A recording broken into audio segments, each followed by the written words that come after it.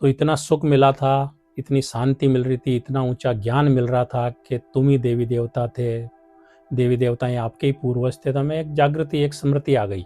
जो ये ज्ञान मिला, इससे ये भी हुआ कि भाई लौकिक में भी हम जैसे राजपूत थे, तो हमको जब ये ज्ञान मिला तो एकदम रियलाइज हो गया कि पहले राजपूत लोगों का, यहाँ राजाओं महाराजाओं का राजपाट था, और देखते ही देखते राजतंत्र भी समाप्त हो गया, अभी प्रजातंत्र है।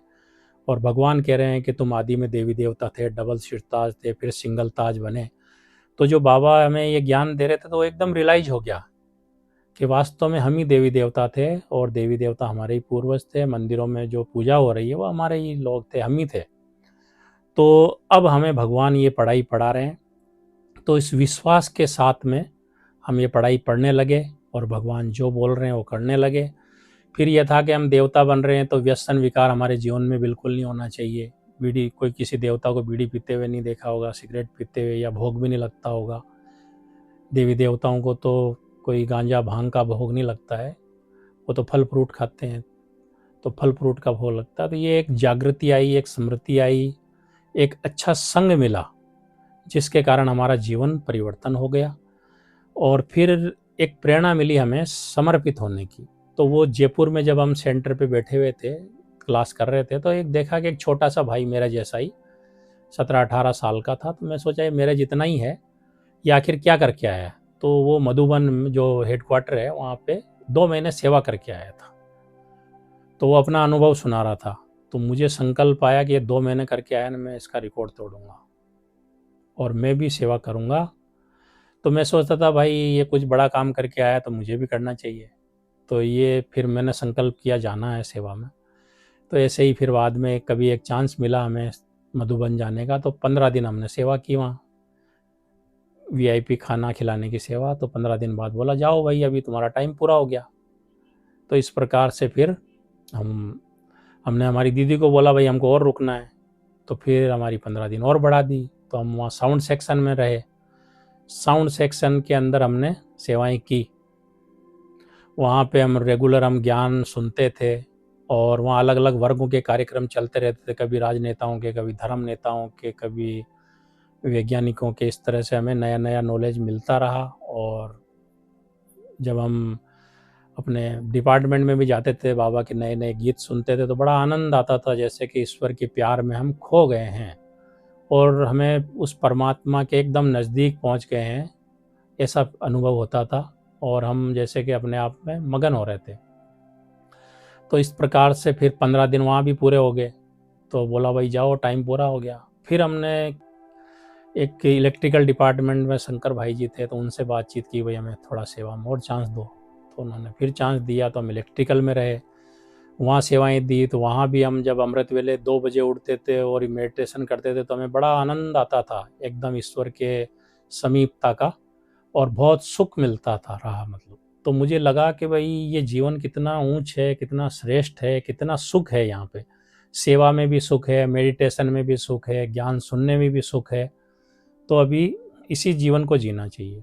तो मुझे ख्याल आया कि मुझे अब इसी मार्ग पे चलना है। फिर मैंने सोचा कि मैं सदा ही यहाँ रह सकता हूँ, लेकिन मैं सोचा किससे पूछे, यहाँ कोई पता नहीं लग रहा है, यहाँ तो बहुत बड़ा कारोबार चल रहा है, पर रहने के लिए किससे पूछूं। तो मैंने ऐसे ही किसी भाई से पूछा कि भाई मुझे समर्पित होना है। तो बोला समर्पित होना इतना आसान है क्या। तो उसने थोड़ा सा इस प्रकार के शब्द बोले, तो मुझे थोड़ा दिल शिकस्त हो गया। मैं बोला अभी मुझे यहाँ किसी को नहीं बोलना है कि समर्पित होना है, मैं बाबा से बात कर रहा हूँ।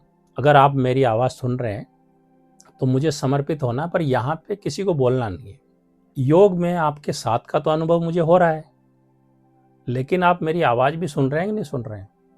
मुझे समर्पित होना है, लेकिन यहाँ किसी को बोलना नहीं है। तो मैं 2 बजे उठता था, मेडिटेशन करता था, और उसके बाद बाबा को एक बार कान में बोल देता, बाबा मुझे समर्पित होना है। ऐसे ही मैं मधुबन में जाता था, तो वहाँ भी ये बात बोल देता था योग के बाद।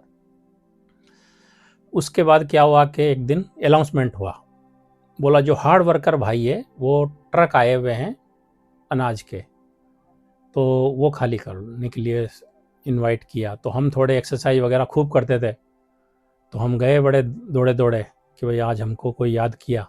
तो हमने ट्रक को ऐसे, बोरियों को ऐसे फेंका, धनाधन धनाधन। तो वहाँ पे जो भाई थे मिश्रा जी और प्रदीप भाई, वो बोले भाई आप कुमार है। मैं बोला हाँ। समर्पित होना चाहते हैं? हमने बोला हाँ। और वो फिर हमको वहाँ पे वल्लभ दादा से मिलाया, दादी से मिलाया और हमारी बात वहाँ पक्की हो गई। बोला ठीक है, आप एक बार घर जाइए, आ जाइए। उसके बाद हम इलेक्ट्रिकल डिपार्टमेंट में आए, बोला हमारा सिलेक्शन हो गया। तो वो बोला अपने यहाँ भी ज़रूरत है इलेक्ट्रिकल में, तो मेरा सिलेक्शन वहाँ भी हो गया। उसके बाद फिर गीता दीदी ने हमें बुलाया, बोला आपको बहुत टाइम हो गया, अभी आप घर जाइए और आपका ज्ञान योग बहुत अच्छा है, और आप लोग जो मार्शल आर्ट करते हैं स्टेज के ऊपर, तो ये भी बढ़िया, आप जैसे मार्शल आर्ट करने वाले भाइयों की भी आवश्यकता है यहाँ पे, क्योंकि हम स्टेज पे करते थे तो पूरे विश्व में हमारा वीडियो भी जाता था, तो हमें और खुशी होती थी कि चलो। तो एक्सरसाइज करते थे, मेडिटेशन करते थे, तो बड़ा आनंद का जीवन अनुभव हो रहा था। और फिर बाद में हमने देखा कि गीता दीदी ने बोला कि भाई आप जो है समर्पित होना चाहते हो तो आप ऐसे करो, हमारे सिक्योरिटी विभाग में आवश्यकता है, और आप जैसे भाई जो कराटे वगैरह जानते हैं तो आप यहाँ रह सकते हो। तो हमारे तीसरा नंबर लग गया कि भाई 3 जगह से नंबर आ गया कि भाई आप यहाँ रह सकते हो। फिर हम गए अपने कोटा में दीदी को जाके बताया कि भाई यहाँ ऐसे ऐसे हमारा सिलेक्शन हो गया वहाँ पे मधुबन में। तो बोला अपने बोरी बिस्तरे ले आओ और यहाँ पे समर्पित हो जाओ। तो हमने देखा कि वहाँ भी हमारा अभी मांग हो गई। फिर क्या हुआ कि हमारे यहाँ पे जब मैं उसी टाइम चंद्रमणि दादी और गीता दीदी, ओम प्रकाश भाई जी, इधर जयपुर की सुषमा दीदी, ये सब जो भी सीनियर्स थे वो कोटा में आए थे, कोई कार्यक्रम था। फिर वो हमारे घर गए जो राउत भाटा, जहाँ 8 रिएक्टर लगे हुए हैं, परमाणु बिजली का प्लांट है वहाँ पे महाराणा सागर बांध के ऊपर। तो वहाँ फिर दादी हमारे घर में भी आई। दादी को मैंने पूरा वहाँ का अवलोकन कराया, बांध वगैरह दिखाया। और फिर दादी ने मेरी मांग की ओम प्रकाश भाई जी से कि भाई ये हेम सिंह भाई हमें ज्ञान सरोवर के लिए चाहिए, गीता दीदी और उन्होंने बताया। तो बोला दादी ठीक है कि आप ही जो उनके मुख्य हो, आप जैसे बोलेंगे ठीक है। फिर उनके जाने के बाद भाई जी ने बोला आप इंदौर में आओ ना अपने। तो वो चाहते थे भाई ये इंदौर में रहे, तो 1 महीना उनके कहने से मैं इंदौर गया। वहाँ भी मैं योग करता था 2 बजे उठ के, और बाबा से यही कहता बाबा जल्दी बुलाओ। फिर एक दिन बोला भाई अभी तो यहीं रहना है ओम प्रकाश जी ने। मैं बोला नहीं नहीं भाई जी मुझे जाना है। बोला यहाँ क्या तकलीफ है, किसी ने कुछ बोला क्या, बहनों को बुलाओ, किसी ने कुछ बोला है इसको जरूर, क्यों जा रहा है ये। मैं बोला भाई जी नहीं, किसी ने नहीं बोला, मुझे वहीं जाना है। तो फिर उन्होंने कहा आप भूलना मत हमको, और आप जूरिस्ट विंग का एक ग्रुप था वो लेके हम यहाँ आ गए मधुबन।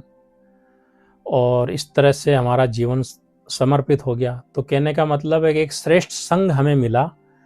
तो वो श्रेष्ठ संघ मिलने से हमारे व्यसन, विकार और जो भी हमारी बुरी आदतें थी, लड़ाई झगड़ा करना, तोड़ फोड़ करना, वो सारी आदतें छूट गई। अब हम संकल्प से भी विश्व सेवा कर रहे हैं, बोल से भी विश्व सेवा कर रहे हैं, कर्म से भी सेवा कर रहे हैं।